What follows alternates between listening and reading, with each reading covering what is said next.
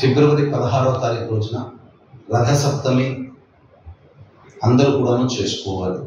ఈ రథసప్తమి వ్రతాన్ని ఏ విధంగా చేసుకోవాలనేటువంటి ఆలోచన వీక్షించేటువంటి సువర్ణ మీడియా ప్రేక్షకుల్లో చాలామందికి ఉంటుంది. అయితే ఈ రథసప్తమి రోజున ప్రధానంగా కొన్ని నియమాలు అనేటువంటివి మానవుడు పాటించాలి. రథసప్తమి రోజున బ్రహ్మ ముహూర్తాన్ని అనగా సూర్యోదయం కంటే ముందే అనగా 3:30 నుంచి 5:30 లోపల స్నానాది కాలకృత్యాదులన్నీ కూడా తీర్చుకోవాలి. ఇది ప్రధానమైనటువంటి నియమం. ఇక రెండవది ఆచరించాల్సినటువంటి నియమాల్లో ప్రధానమైనటువంటిది రథసప్తమి రోజున వీక్షించేటువంటి ప్రేక్షకులు ఎవరైనా కానీ మద్యము మాంసము అనేటువంటిది ముట్టుకోకూడదు. దాంపత్య జీవితానికి దూరంగా ఉండాలి ఆ రోజంతా కూడా. ఇక గోల్డ్ గిల్లుకోవడం, అలాగే షేవింగ్ చేసుకోవడం, హెయిర్ కట్ చేసుకోవడం లాంటివి చేయకూడదు. వీలైతే వీక్షించేటువంటి ప్రేక్షకులు ఈ ఫిబ్రవరి 16వ తారీఖు రోజున ఉపవాస నియమాన్ని పాటిస్తే చాలా మంచిది. ఉపవాస నియమాన్ని పాటించి చంద్రుని దర్శనం చేసుకొని భోజనం చేసినట్లయితే ఈ యొక్క రథసప్తమి యొక్క వ్రతాన్ని ఆచరించిన వాళ్ళు అవుతారు. అయితే ఈ రథసప్తమి రోజున దేనికి విశేషంగా చెప్పబడ్డది అంటే మొట్టమొదటిది స్నానము, ఉపవాసము, అలాగే దేవతారాధన.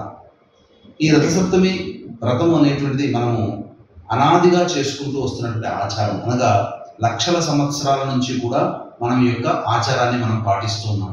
రథసప్తమి అంటే సూర్యుడు జన్మించినటువంటి రోజు అని చెప్పవచ్చు. అయితే సుమిత్ర దేవులలో కశ్యప ప్రజాపతికి అతిథికి జన్మించినటువంటి వ్యక్తి సూర్య భగవాను. అంటే దీని అర్థము జపాన్ దేశంలో ఉంది సుమిత్ర దేవుడు. అందుకనే ప్రపంచమంతా కూడా తొలి సూర్యకిరణం అనేటువంటిది ఈ యొక్క జపాన్ దేశంలోని సుమిత్ర దీవుల్లో పడుతుంది. అయితే ఈ సూర్య ఆరాధన అనేటువంటిది కేవలం మన దేశము ఆచారం అనేది కాకుండా వివిధ దేశాల ఆచారాల్లో కూడా భాగమై ఉన్నది. ఉదాహరణకు తీసుకుంటే ఈజిప్ట్ నాగరికతలోను, మెసపటోమియా నాగరికతలోను, సింధు నాగరికతలోను, అలాగే ఎక్కువగా పర్షియన్స్ కూడా సూర్యారాధన బాగా చేస్తారు. అందుకనే మన భారతదేశం గర్వించదగ్గ గొప్ప పారిశ్రామికవేత్త రతన్ టాటా గారు కూడా పార్సీ మతస్థులే. కాబట్టి ఈ సూర్య ఆరాధన అనేటువంటిది అనేక మతాలలో ఈ ఆరాధన అనేటువంటిది ఉన్నది. అయితే ఈ రథసప్తమి తిథి రోజున ఏం చేయాలి? ముఖ్యంగా స్నానం ఆచరించడం చెప్పబడింది శాస్త్రం. నదీ తీరము, సముద్రము, చెరువు, అలాగే తటాకము ఇవన్నీ దగ్గరగా ఉన్నటువంటి ప్రాంత ప్రజలు ఎవరైతే ఉంటారో కంఠం లోతుల వరకు నీళ్లలోకి దిగి, అనగా ఈ తల మీద 2 జిల్లేడాకులు పెట్టుకొని దాని మీద మట్టి ప్రమిద, ఆ మట్టి ప్రమిదలో నువ్వుల నూనెతో దీపారాధన చేసి కంఠం వరకు నీళ్ళలోకి దిగిన తర్వాత మెల్లగా మనము మునిగిపోవాలి. మునిగిపోయినప్పుడు మన తల మీద ఉన్నటువంటి దీపము ఆ నీటిలోకి వెళ్ళిపోతుంది. నీటిలో అది పయనిస్తుంది.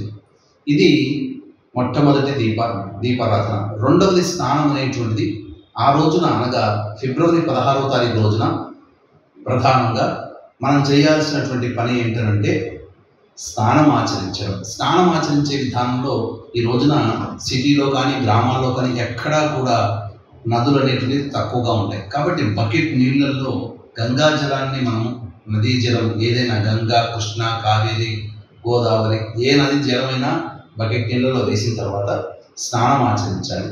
వేడి నీటి స్నానము పనికిరాదు, చన్నీటి స్నానమే చేయాలి.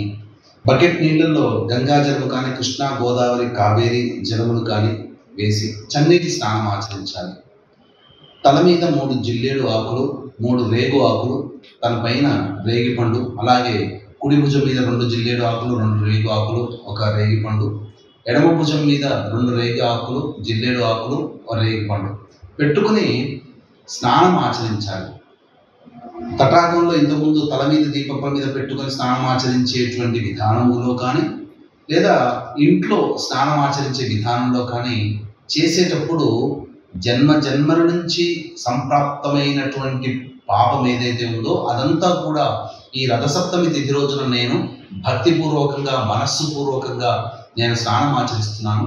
కాబట్టి ఈ యొక్క స్నానం ఆచరించడం ద్వారా నాకు సమస్త పాపములు నశించిపోవాలి అని చెప్పేటువంటి సంకల్పంతో ఆ సూర్య దేవత ఆరాధన కనుక మనం సూర్యుని కనుక నమస్కారం చేసుకొని మనస్సులో నమస్కారం చేసుకుంటూ స్నానం ఆచరించినట్లయితే ఖచ్చితముగా సూర్యారాధన మనం చేసిన వాళ్ళం అవుతాం.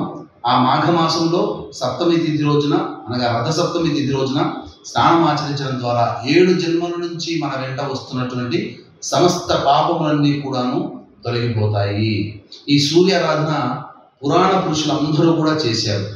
ఉదాహరణకు చూసుకుంటే సత్రాజిత్తు, కృష్ణుడి యొక్క మామ, సత్యభామ తండ్రి, సూర్య ఆరాధన ప్రభావం వలన గొప్ప దివ్యమైనటువంటి తేజస్సుతో ఉండి అలాగే ప్రతిరోజు 100 బాలుల బంగారాన్ని ఇచ్చే శమంతక మణిని సంపాదించుకున్నాడు.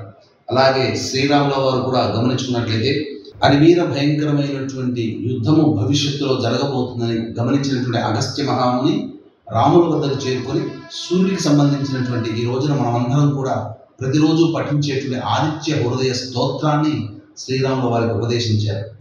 ఆ సూర్య స్తోత్ర ప్రభావము, మంత్ర ప్రభావం వల్లనే అలుపనేది లేకుండా యుద్ధాన్ని పూర్తి చేసుకొని చక్కటి ఆరోగ్యంతో అయోధ్య నగరానికి చేరుకున్నారు కుటుంబ పరివారంగా.